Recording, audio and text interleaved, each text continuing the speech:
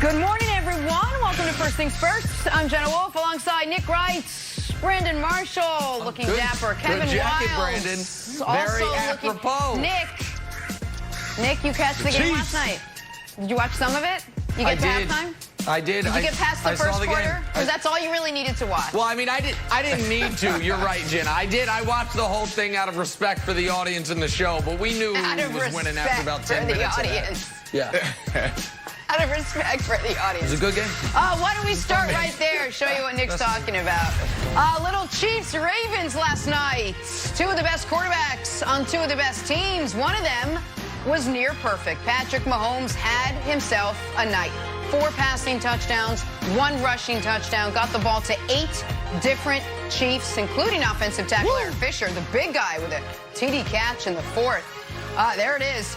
Chiefs get the win. They are a very pristine 3-0 on the season. Here is, count them up, Mahomes. Here is Patrick Mahomes on his high-flying offense. Okay. I mean, Coach Reed's never going to be stagnant. He's going to keep putting in more and more plays. He's going to keep challenging us every single day, and that's what makes it fun. You get in here, it's not the same game plan every single week. We honestly have a new game plan from top down every single week, and that goes with the preparation that our coaches have. Coach Reed, Coach Bieniemy, Coach Kafka, Coach G. Lou, all those guys, Coach McCullough, they do a great job of really scouting out and giving us a great game plan so that we can go out there and execute at a high level.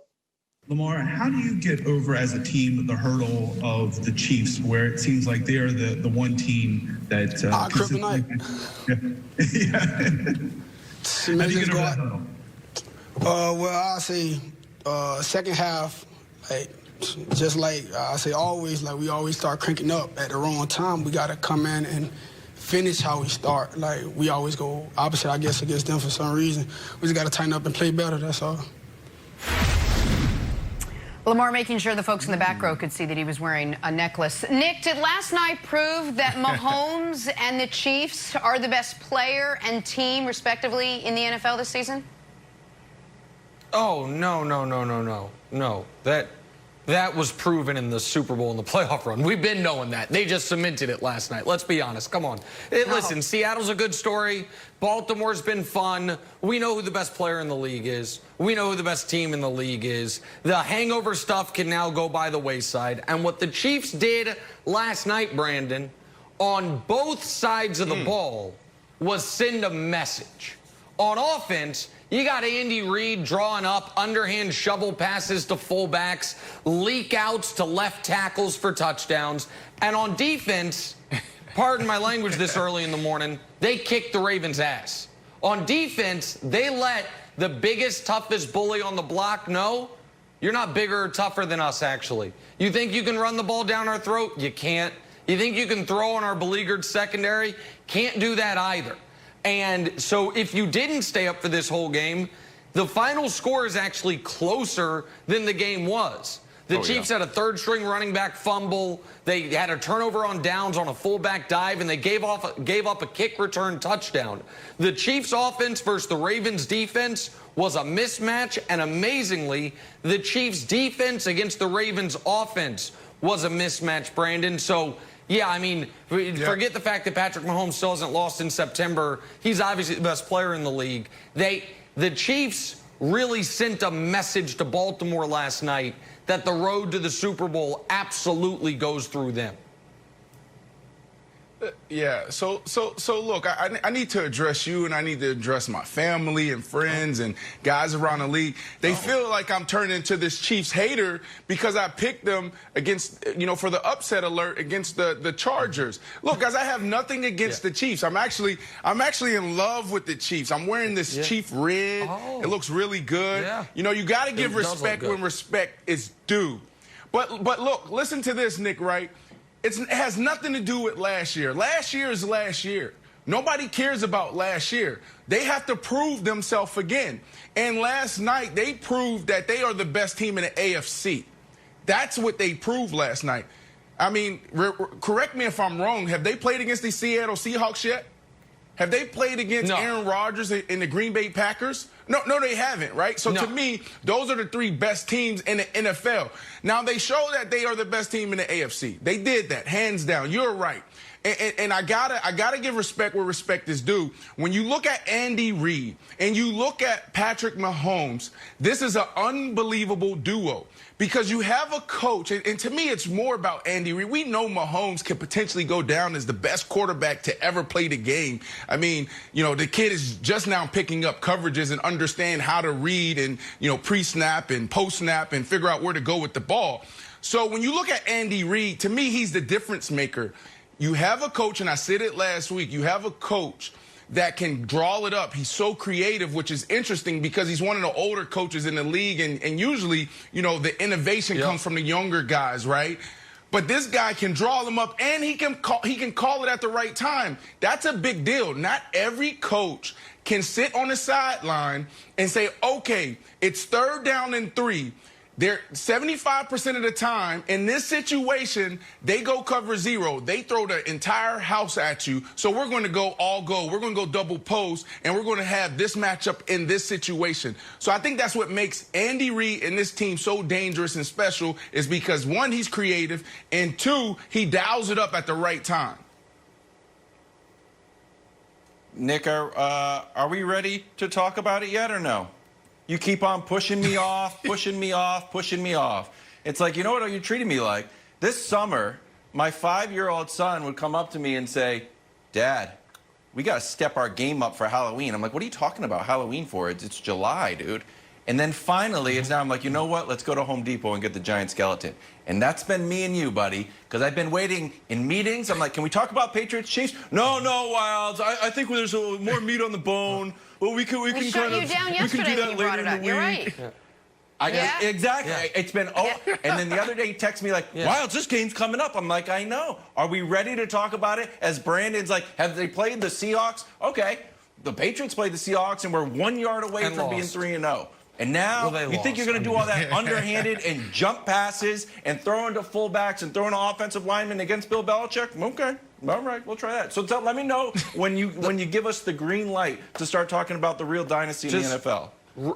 Real quick before we move on, Jenna, Wilds, a question for you and then I'll respond. Your 5-year-old son, is that the one who for Halloween wants to go as Patrick Mahomes? Patrick Mahomes is his favorite player and draws pictures of Patrick Mahomes, or is that your older son? Which son is that? I told you that. Because I know one of your sons. I told you that. Yeah.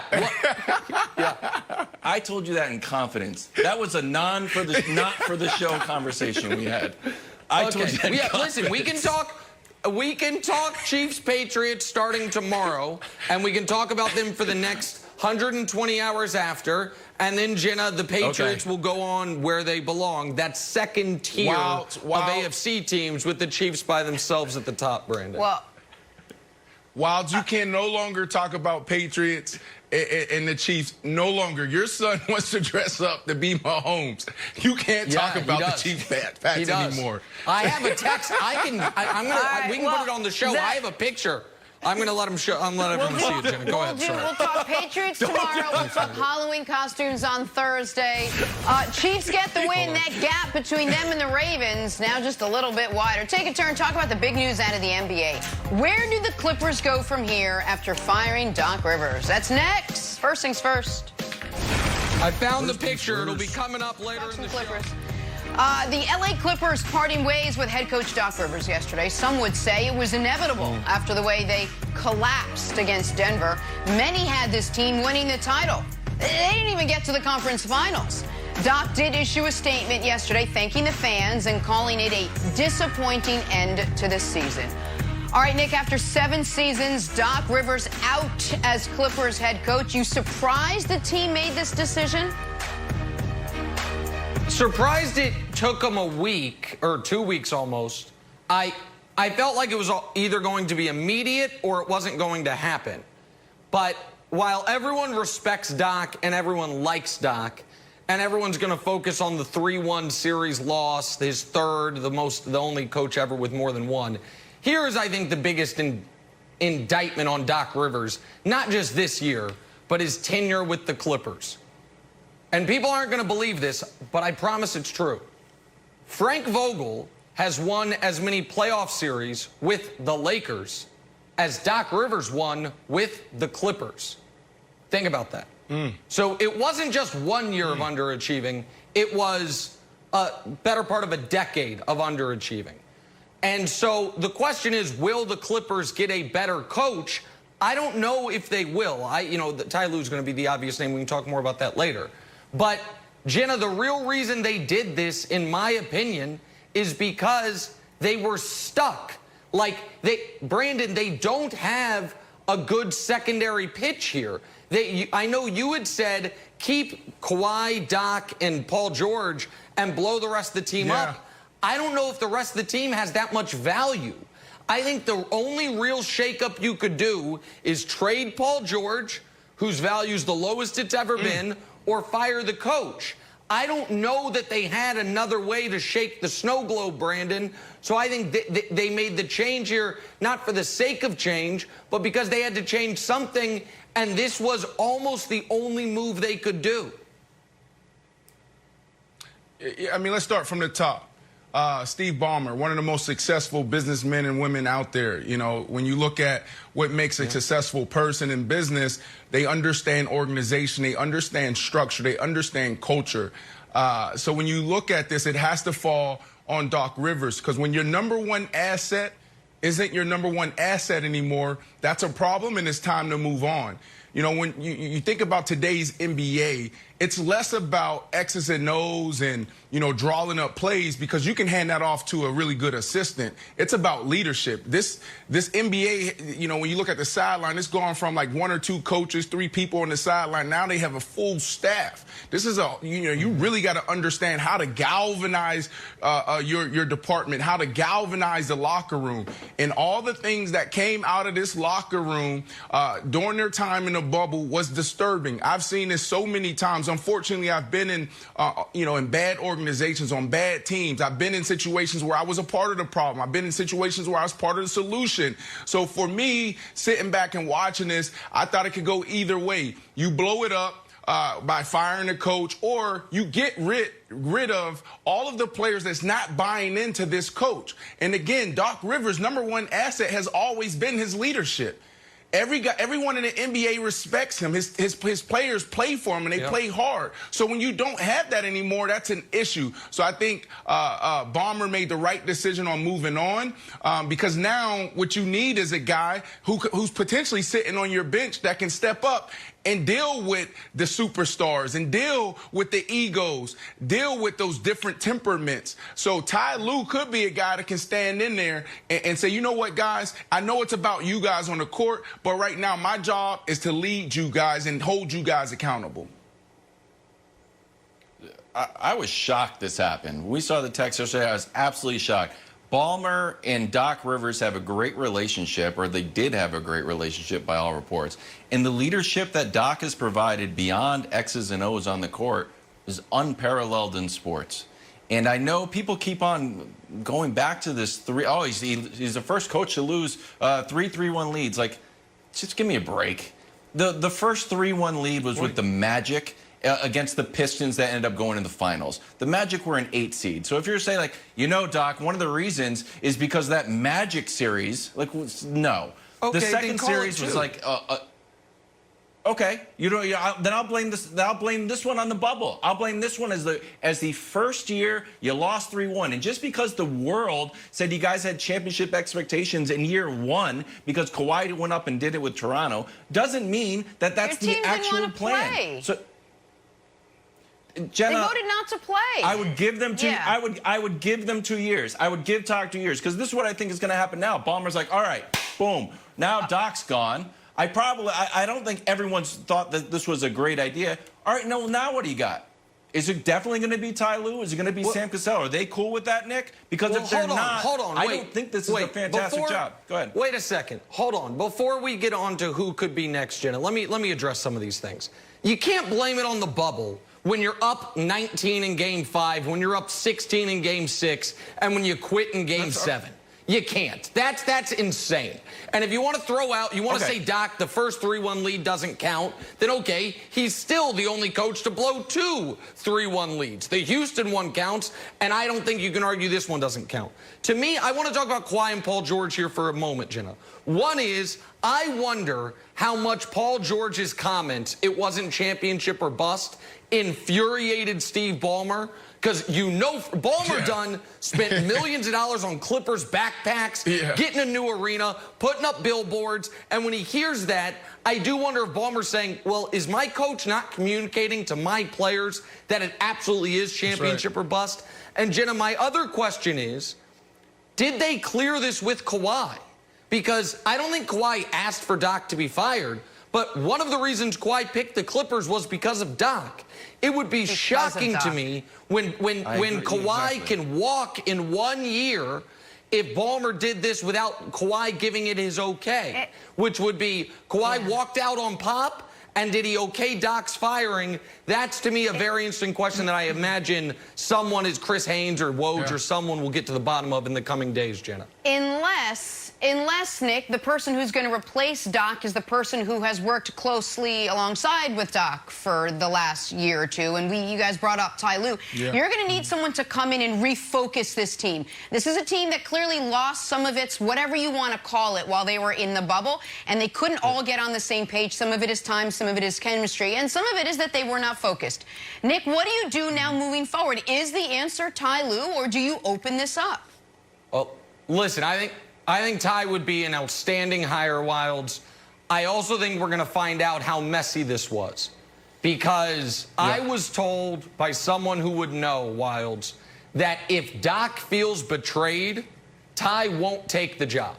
That if this was a total blindside, Doc feels like he was done wrong, that Ty will be, out of loyalty to Doc, who gave Ty his start, Ty and Doc have always been close, that if that's how this went down, then Ty won't take the job. So if Ty does get the job, I think you have real reason to believe that it was somewhat amicable in their separation. I think Mike D'Antoni is a fascinating name. Chris Mannix mentioned Phil Jackson. I think there are some names out there, Wilds, that are interesting, but I think we'll find out where it lands with Ty, where it landed with Dak, by how Ty responds, Wilds. Yeah. Look, there's 6 open jobs right now. I think this might be the worst job. It's the most high pressure. It's probably going to be the highest paid. But if I was a candidate, I'd be like, why don't I just go to the Pelicans? Why don't I go to the Rockets? Why don't I go to the Pacers and chill? Why don't I go to the Thunder, sign like a 5-year contract and really try to build something? Win a title. Why would I go to... You've got 1 year, and Nick, who knows when does the NBA start next year? Does anybody know? Does Adam Silver know? When are the finals next year? I don't know. Well, nobody knows. There's so much unknown. So now you got Kawhi, who needs to be load managed in a season that you literally don't know where you're playing. Are we doing another bubble? Are we here with no fans? No one knows. So you're entering into a high-pressure situation that you'll get paid, but too many unknowns. I would just like, I'll go to New Orleans and build Lonzo and Zion. Chris Broussard's going to join us. We'll talk much more about this coming up. You might be surprised what Lamar Jackson had to say after last night's loss to the Chiefs. We'll get back to our top story next. First things first. If that's a bad job, that is... We're back talking a little Monday Night Football. It was supposed to be a battle of the 2 best teams. Instead, just one. Just the Chiefs. Not so much the Ravens. Lamar Jackson never really got his offense going in this one. 1 offensive touchdown for Lamar at the start of the 4th quarter. Lamar held to just 97 yards passing. Here is the reigning MVP on the roadblock. That is the Kansas City Chiefs. Lamar, how do you get over as a team the hurdle of the Chiefs, where it seems like they're the one team that... kryptonite. How do you get over that hurdle? Well, I say second half, like just like I say always, like we always start cranking up at the wrong time. We got to come in and finish how we start. Like we always go opposite, I guess, against them for some reason. We just got to tighten up and play better, that's all. All right, with that, we welcome in our Greg Jennings. Greg, you heard Lamar say it. He can't beat the Chiefs. He knows it. He called it his kryptonite. He can beat everybody else, but not this team. What do you make of him calling it his kryptonite? Well, he's being honest. And I think in today's sports leagues, we don't see players say something like that. Give credit where credit is due to an opponent that they have not been able to beat. And this is Lamar Jackson being who he is. He believes in his Baltimore Ravens team. He feels like they can beat this team. Like he said, we have to finish how we start. And they didn't. And that's a frustration that he has with some of the play calling late in the game, not really being aggressive. And he has to play better. He had opportunities. They had opportunities. But this Kansas City Chiefs team has proven to be their kryptonite so far. So I agree with him right now. It might be true. I'm shocked he said it. I'm shocked he said publicly, this is our kryptonite. Kryptonite, listen, I'm not a comic book guy, but if I remember correctly, Superman never got over kryptonite. Like, that was always his weakness. It always ruined him, turned him into just a regular person.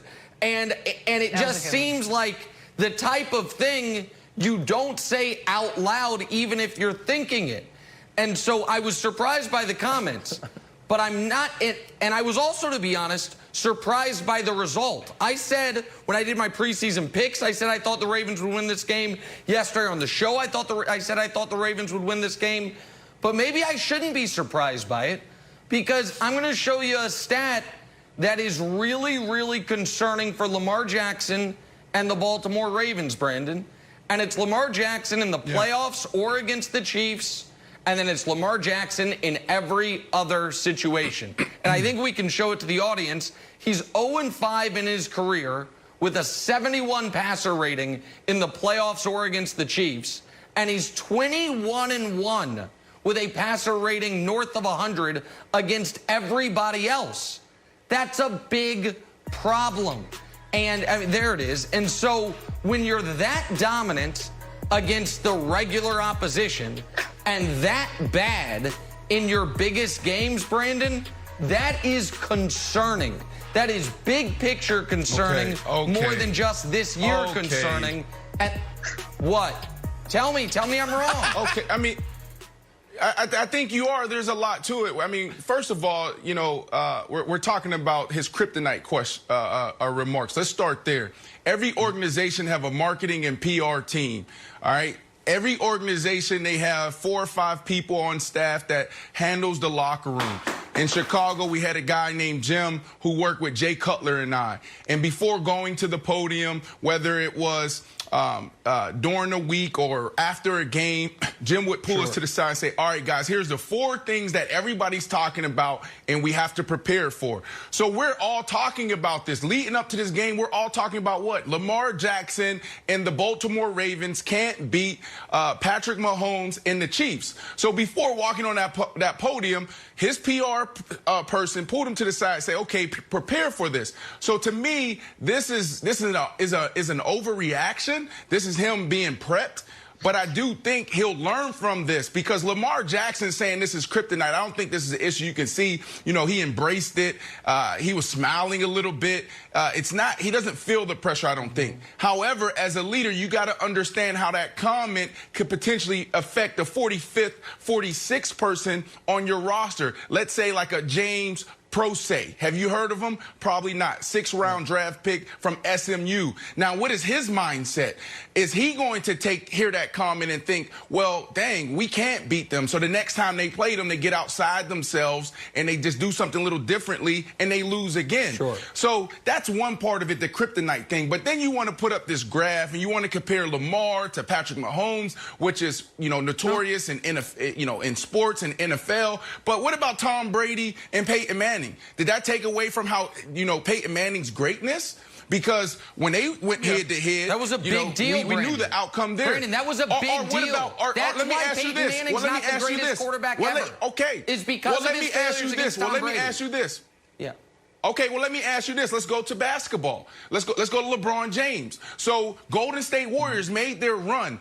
Cleveland Cavaliers go play against Golden State. They didn't have a chance. LeBron James, did that take away from him being the greatest player of all time? Because he couldn't get over a really good Golden State team? But listen, but it's not just, Brandon, real quick, that graphic was not just against the Chiefs. That's the Chiefs and the playoffs. 0-5, 21-1 against everybody else. That's a big deal. Like Wilds, it's not something you can't recover from, but eventually Peyton had to play well in the playoffs. Eventually Peyton had to beat Tom Brady. Right. The kid is in his third year, Wilds. You're playing against a team who just won the Super Bowl. You have Andy Reid. It's about the team. He's in an interesting situation. This is a really good team he's going against. And then the playoff thing, he's in his third year.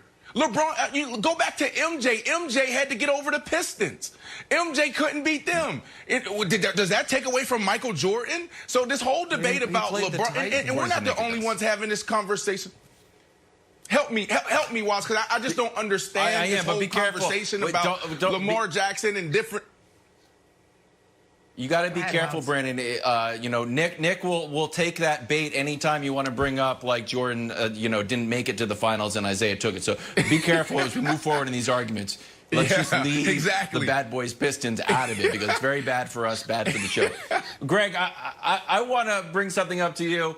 So this reminded me of like Pedro Martinez famously like went against the Yankees and lost, and he's like, I don't know, call them my daddy, and it's like, oh God, and they would chant it in the stadiums, and it was really the difference was Pedro was the pitcher, he was responsible for everything. He was responsible for everything.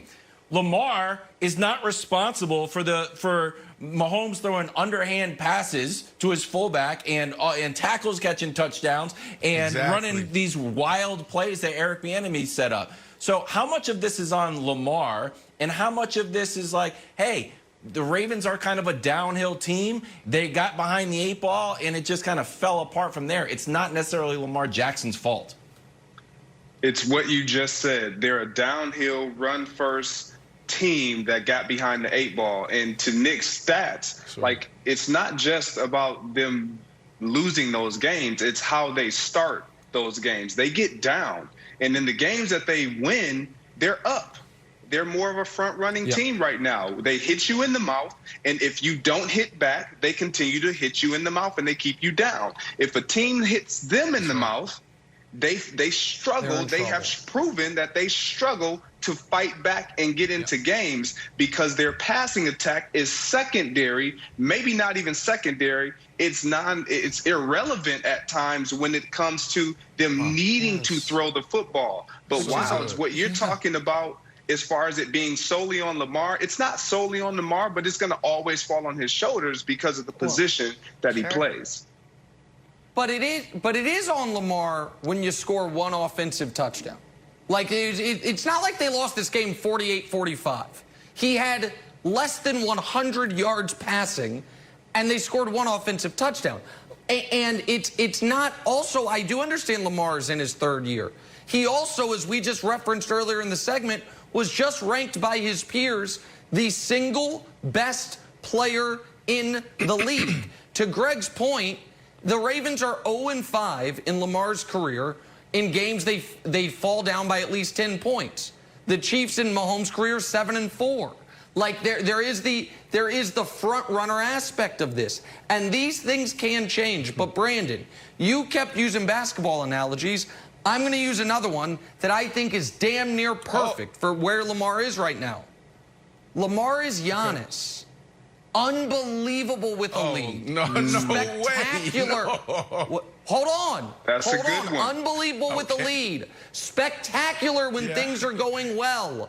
If they're almost impossible to prepare for on just a random Tuesday night in February. But if you drill down, or if you get the lead, or when the stakes are the highest, has not yet shown us he is the guy he is in other circumstances. Doesn't mean you won't one day, but up to this point, to me, Lamar and Giannis have very, very similar arcs up to this point. It can change for both of them, but to me, Brandon, that's the basketball comp. But here's the difference, okay? In basketball, you have 15 guys in the locker room. Football, we have almost 60 now. So the difference is one guy, Giannis, can determine the outcome. Lamar Jackson, and gets the how great he is, He's not Superman where he can determine the outcome of a game by himself. It takes a team. And Greg, now that I'm done talking to Nick, all right, because this is just terrible what he just said, trying to reference. Like, I'm done with Nick for this segment. But, Greg, I love listening to you on the broadcast because I love listening to people who understand football, right? You turn on these games on Sunday and guys they don't know how to break down the X's and O's. You're one of the guys that get it. What you said was dead on. Like, America, please listen to what Greg Jennings just said, because this is the reason why this team struggles with that graph that Nick put up. It's a great graph, but it's not because of Lamar Jackson. What it's because of is this team has weaknesses and they have strengths. And when they fall behind, you got to remember, this offense is built around their strengths. They're not built to throw it 40, 45 times. So you're playing against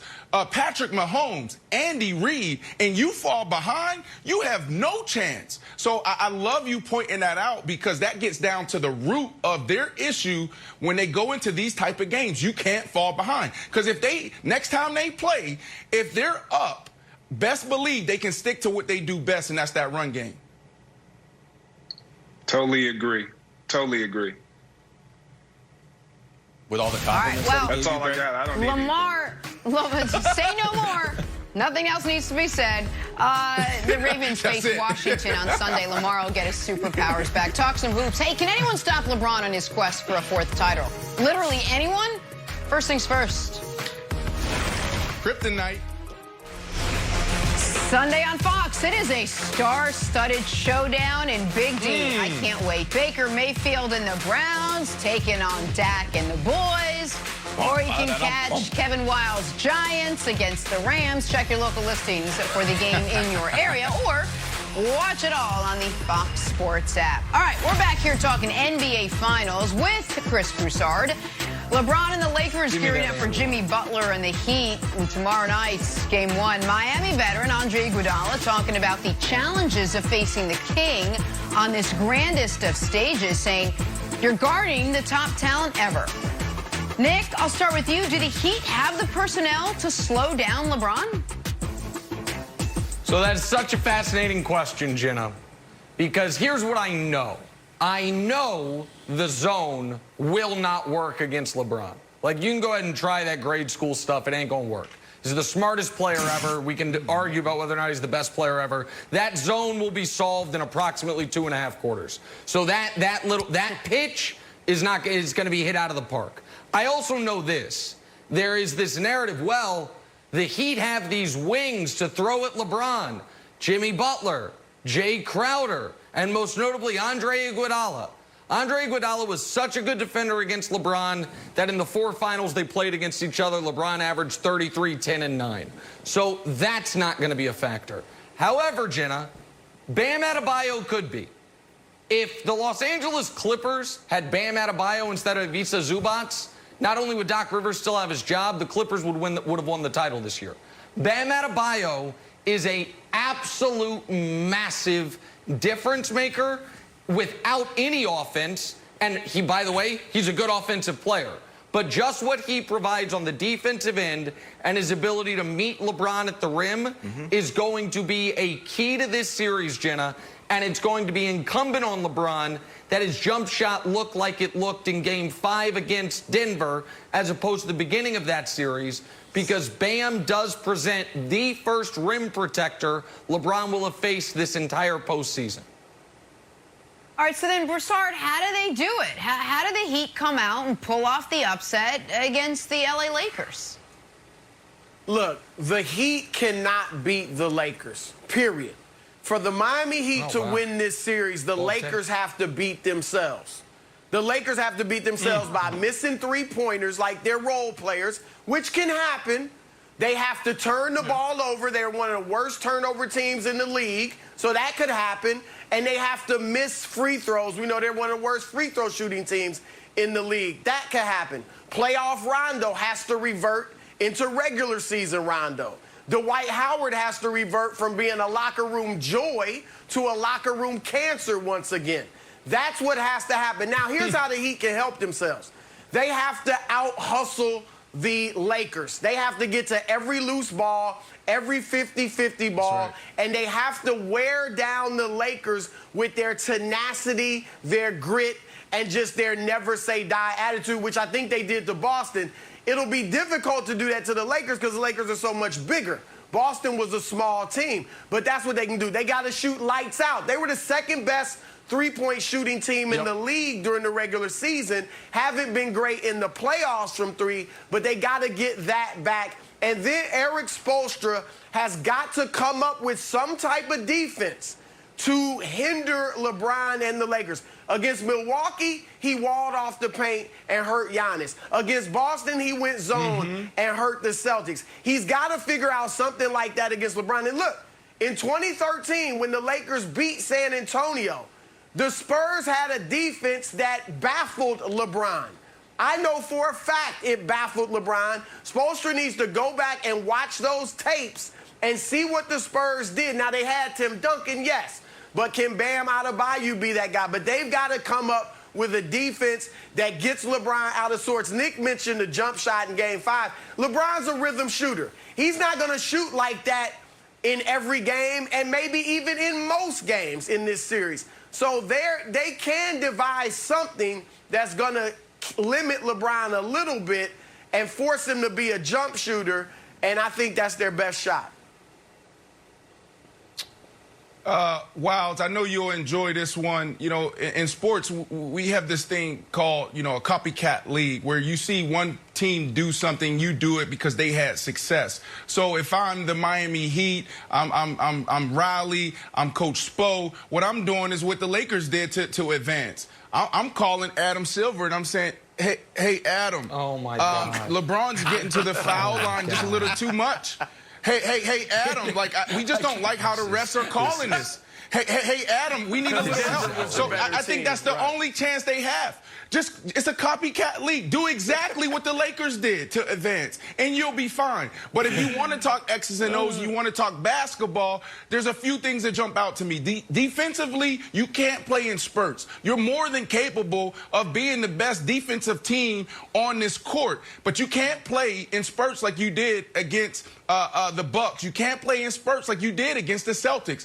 Every minute, every moment, every game counts. And then from a AD and LeBron standpoint, I don't know if you guys watched this closely. Well, of course you guys have. But LeBron James can score at will in the paint. You got to dominate him. You got to make this guy score outside of the paint because this guy is like a tight end. He lowers his shoulder, he gets into the paint, and he scores at will.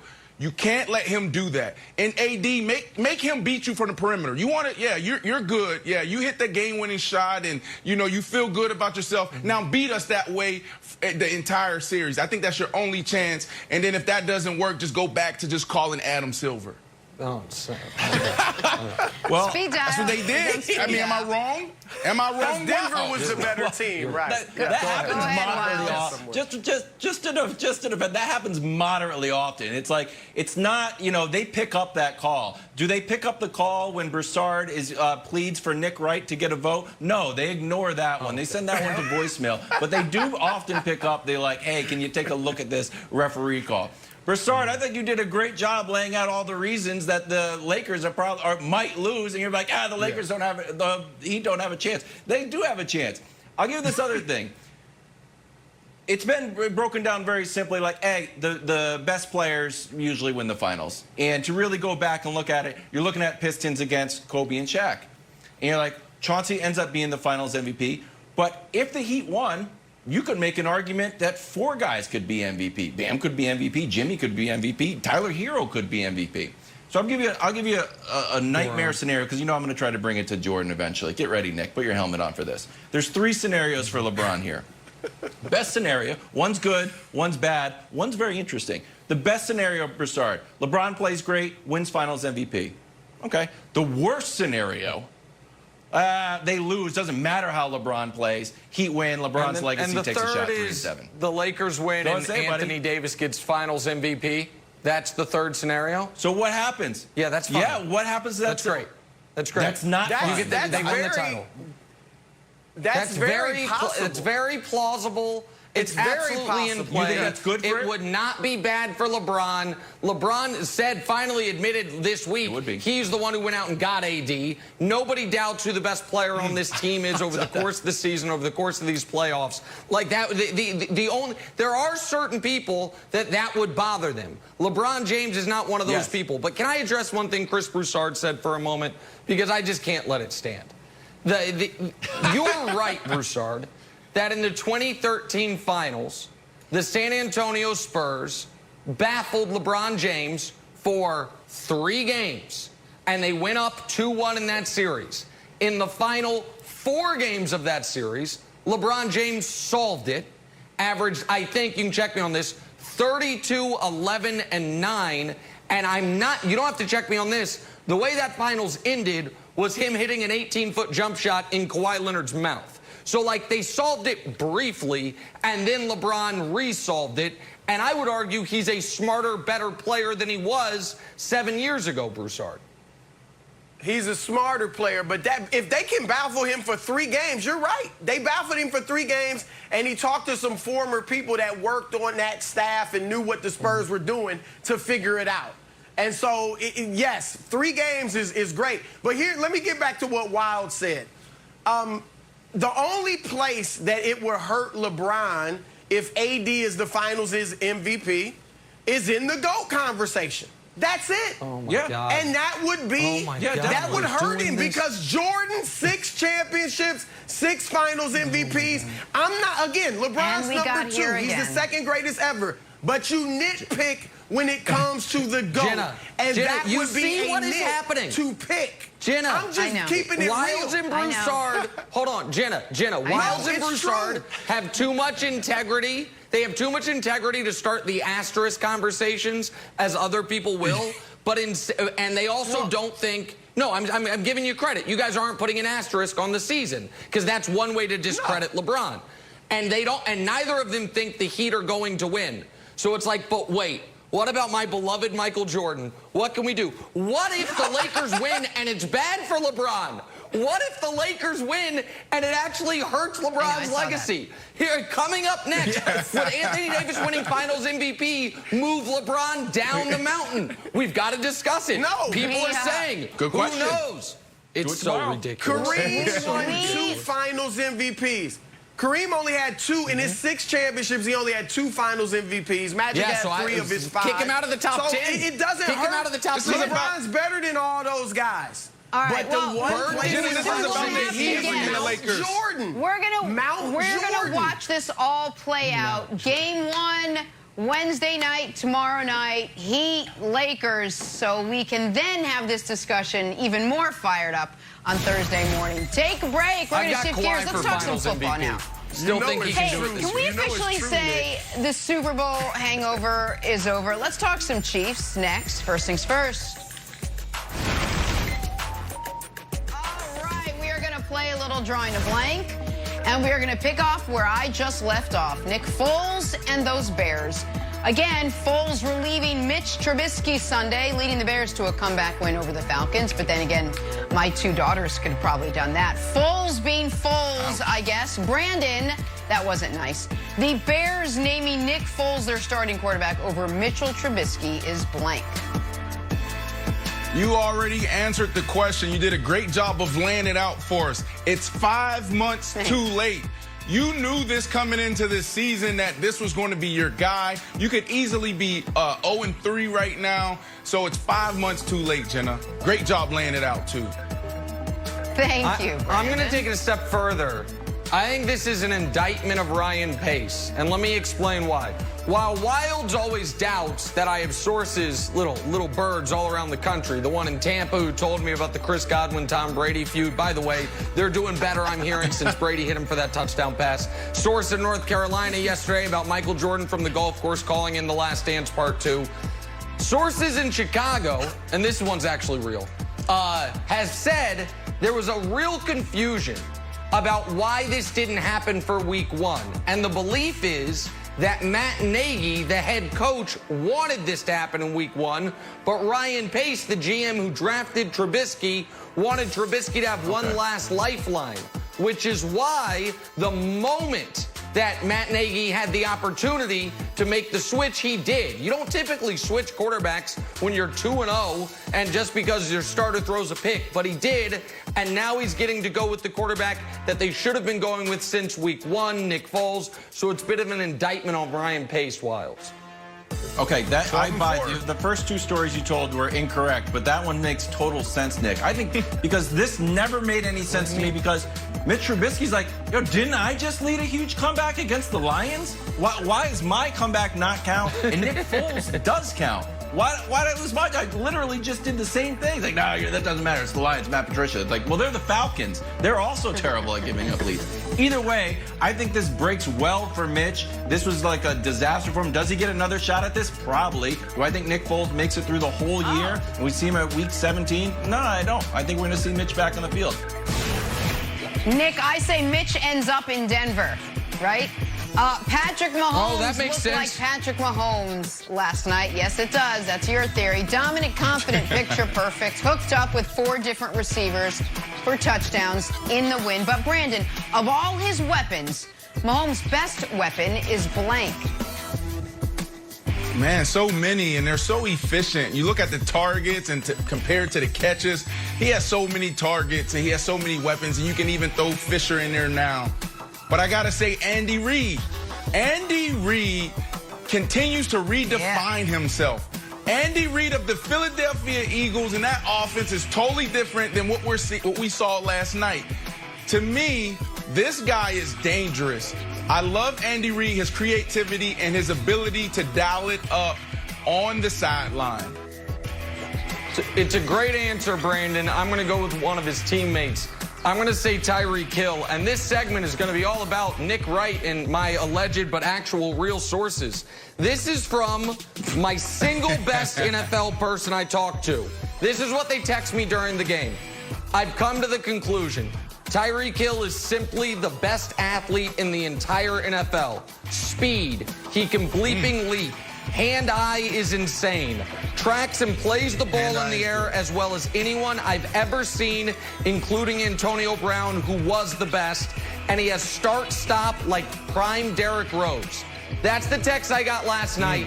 I think they're right. I think Tyreek is the perfect receiver for Patrick Mahomes. And a person smarter than, well, a very smart person said he's the single best athlete in the NFL, Wilds. Interesting. I don't know. I still like OBJ. He's one of the freakish athletes I've ever been around. But, you know, he did a good job of laying that out. Very good. Well done. Well done. That text was from OBJ. Actually, no, I'm just kidding. It wasn't. I'm lying. That part's a lie. That part's a lie. That part's not true. I like the prime Derrick Rose part. Just it was all football stuff, and then like, and by the way, remember Derrick Rose on the Bulls? He's like that. I'm like, oh, yeah. Where did that come from? That makes me think it's a Chicago-based source. It's a Chicago-based source. You think it's the same source as the Trubisky source? Yes, it has to be. It's someone that loved watching prime Derrick Rose. I'm going with Eric Bieniemy. This guy needed to have a job last year. Nick, you're very lucky. Right now, it's a little bit like pickup basketball. We're on the wrong side, and the other team's got like 2 guys that are like 6'10". Like, yo, this is not fair. Like, we need one of you guys. So I don't know if the Jets call him. Someone needs to call Eric Bieniemy immediately and be like, I know this is tampering, but like, you know, come with us afterwards because this is too much. You guys are too good. It feels like Andy Reid got the monkey off his back with the Super Bowl win. Now he and Bieniemy are going out just having a blast calling plays. Let's talk some Patriots now. Despite getting the win, Cam Newton said he had a subpar performance Sunday against the Raiders. Things aren't going to get any easier next week when the Pats travel to Arrowhead to face the Chiefs, Nick. But Brandon, Cam Newton saying he had a subpar performance on Sunday is blank. Yeah, I'll be quick here. It's honest, right? Like if he did this week 1, we'd have said, you know, that was a good performance, you know, by Cam. But because he came out week 2 and lit it up, you know, he can't regress and show that. So he was honest, and I appreciate it. I'm going to say this is bad for the Patriots' competition. but not the Chiefs, because that's not their competition, because the Chiefs are competing for a championship. It's bad for the Bills, because the Patriots' competition's in the AFC East. 3-0 Buffalo right now, toast of the town. Folks arguing Josh Allen could be league MVP.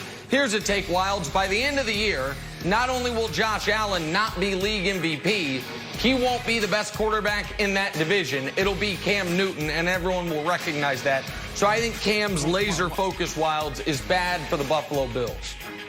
What did you just do here in this segment? You just tried to give the Patriots a compliment, blow off the fact that they're playing the Chiefs, and turn it into a Josh Allen diss? That was your strategy for this segment, Nick? No, I'm just being honest. It's just take integrity. No, you're not being honest. No, it's not called taking. I am being honest. Jenna, it's not called taking integrity. It's the Patriot way. Cams know that he didn't play a perfect game. That's okay. We're a team. Ran for 250 yards. We'll be fine. Come on Arrowhead on Sunday. Me versus Nick. The shave your head bet of the week. We made that bet. I'm in. Deal. That's locked. Verbal binding. Verbal binding. That's it.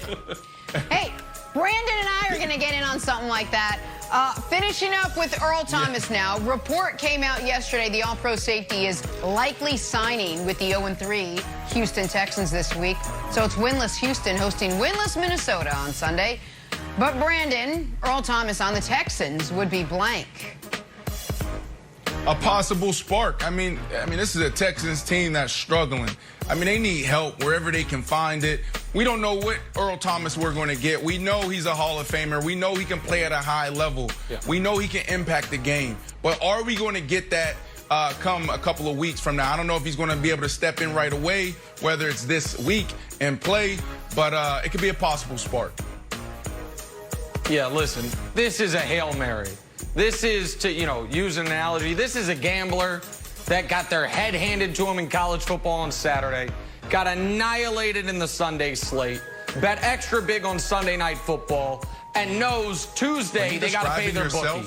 So they're I'm doing great this year. They're max betting the Monday night game. Like, screw it. I'm broke. I'm going to be broke either way, so I'm going to try to go all in, and if I got to move to Mexico, I got to move to Mexico.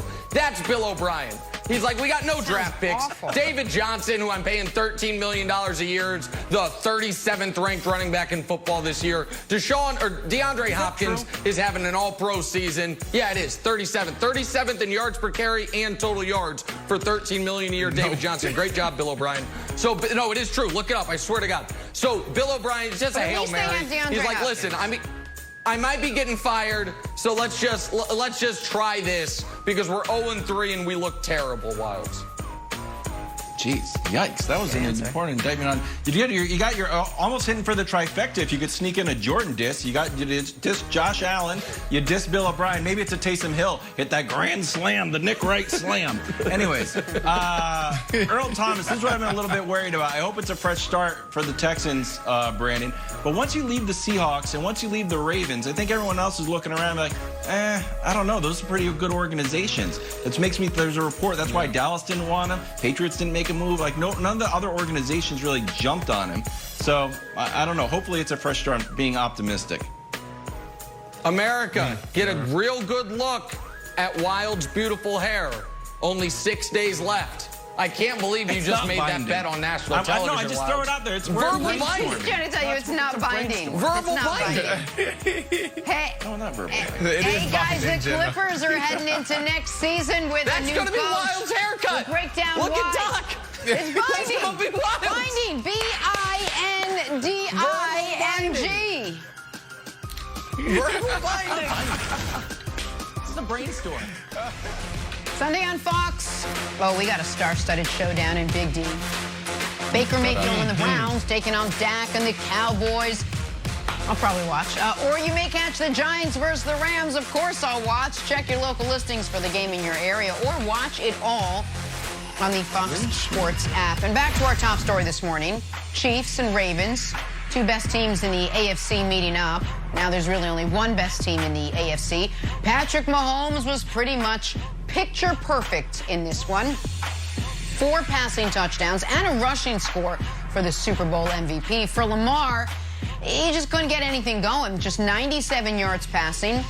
The Chiefs now 3-0 with a win over the rival Ravens. Here's Lamar, though, on the roadblock that is the Kansas City Chiefs.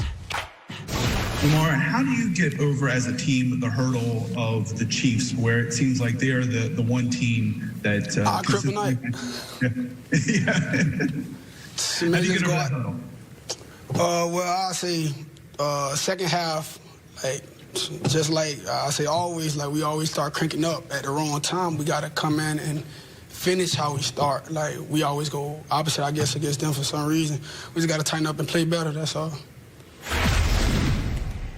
All right, Brandon, what does the fact that Lamar is now 0-3 all-time against Patrick Mahomes say about this rivalry between these two teams?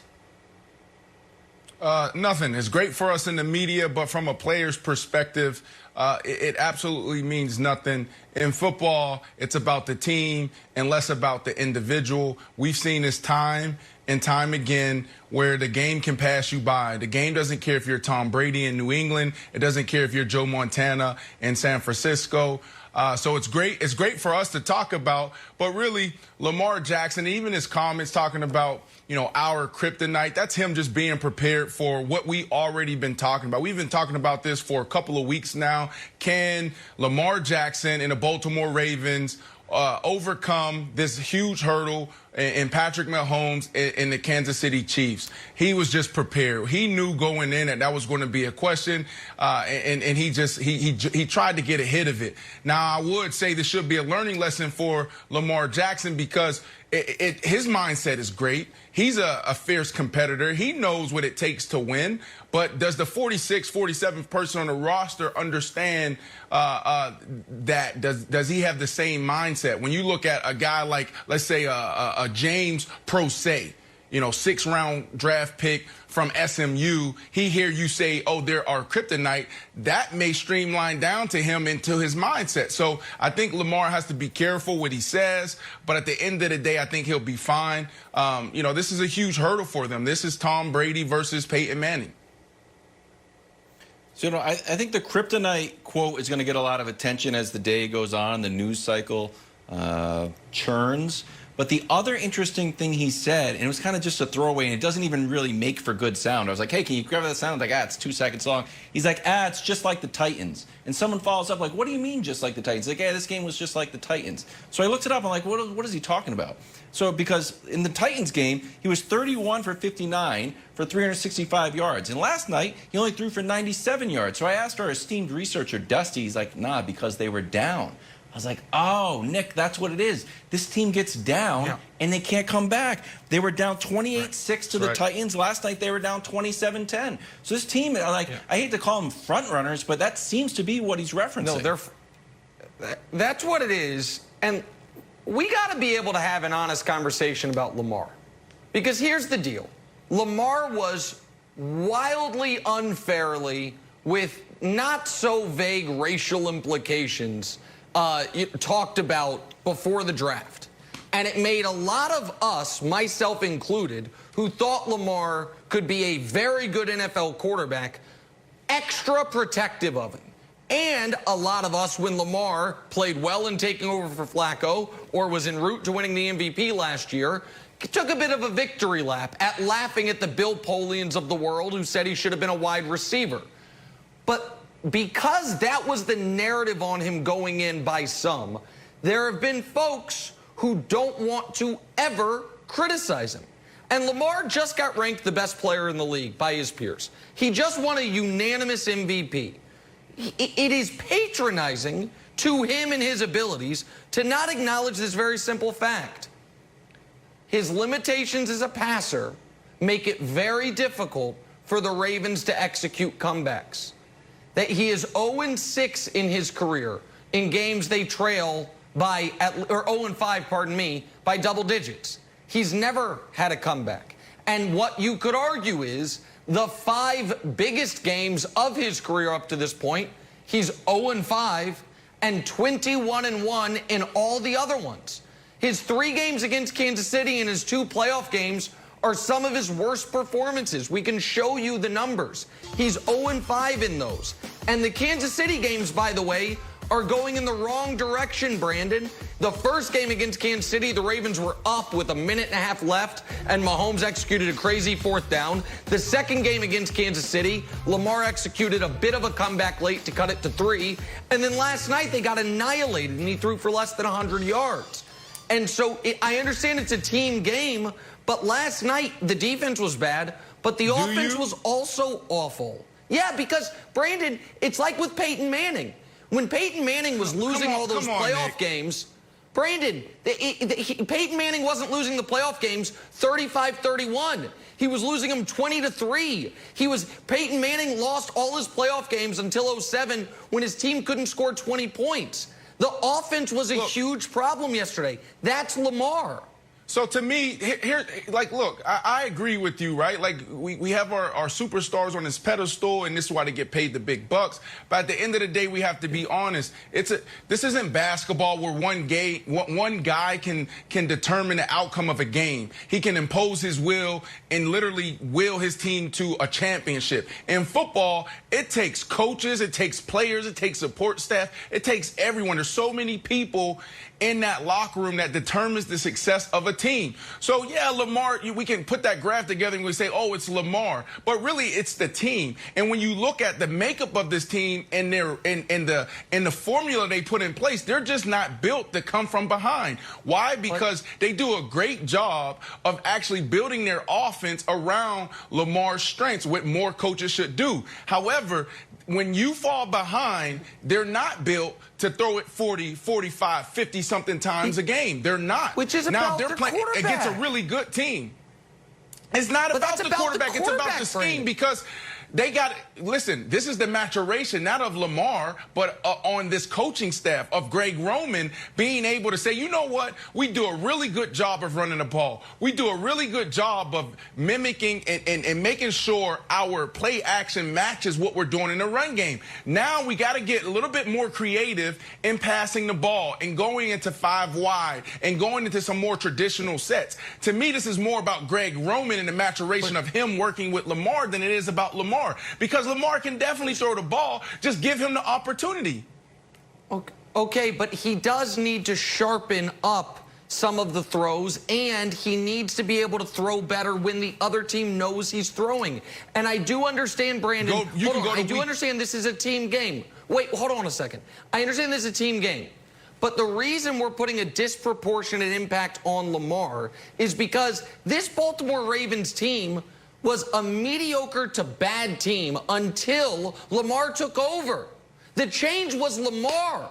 They were 4-5 with Joe Flacco. Yes. Lamar took over. They win 6 out of 7 games. The next year, they go 14-2. So when they struggle, yes, he's going to get disproportionate criticism. And he gets 0% blame for the defense not being able to stop Mahomes. I understand that. But here's the deal. But here's the deal. A game can turn within one play. You go back to the end of the half. Is that on Lamar? Like that busted play, I don't know what that coverage was. Was that Marcus Peters, or was that the safety? Yeah. Like, I don't know what that was. The out and up to end the half, that's not on Lamar Jackson. That's why I feel we have to be careful when we compare these quarterbacks. We do it all the time. We did it with Tom Brady and Peyton Manning. Does it take away from Peyton Manning's greatness? We can go to basketball. Yes. Michael Jordan getting over the Pistons. Brandon, does that take away Michael Jordan? Michael Jordan was in the same thing. LeBron James and Golden State Warriors. Hold on. Wait. Stay on football. The reason Peyton Manning is not the greatest quarterback ever is because he couldn't beat Brady early. That's the reason. It's because of his struggles in the biggest game. But Peyton Manning. But the reality is Peyton Manning didn't have a defense. No, it's a great discussion. It's a great discussion. We can talk. Brandon, you know what I'm gonna do? They were losing those playoff games 20-3. He couldn't solve the Patriots' defense. That was the knock on him. You're right. He didn't have a great defense throughout his time there. But Peyton, there are certain guys, and you know this, that in the biggest spots get better. Certain guys in the biggest spots maintain, and certain guys in the biggest spots get worse. So are we saying that's Lamar? So that's Lamar Jackson. Up to this point in his career, yes. It can change. You can rewrite that narrative. You can change that narrative. But right now, that's what it is. The 2 worst games of his career are the 2 playoff games. He's 21-1 against the whole league except for Mahomes, where he's 0-3 against. That's got to matter. I think that's the easy discussion. To me, it's more about Greg Roman and his maturation and working with Lamar Jackson. Give the kid the opportunity in those moments to open it up. And by the way, I love Lamar. I think he's. I still love you. You know what? You love Lamar, and I still love you. I just disagree with you. Yeah. I still love you. I just disagree with you. I know. No, I'm not worried about that. Go ahead, Wiles. I just don't want people to think I'm hating on Lamar. I know it's a point that we just have to say this before we go off air. And I know Lamar is criticizing himself with the kryptonite. Cam Newton's the only Superman in the NFL. So even if you're using it as criticism, leave the kryptonite stuff out. It's just Cam Newton is Superman. I don't appreciate the analogy. Have a great rest of the day, everyone. We're back here tomorrow morning.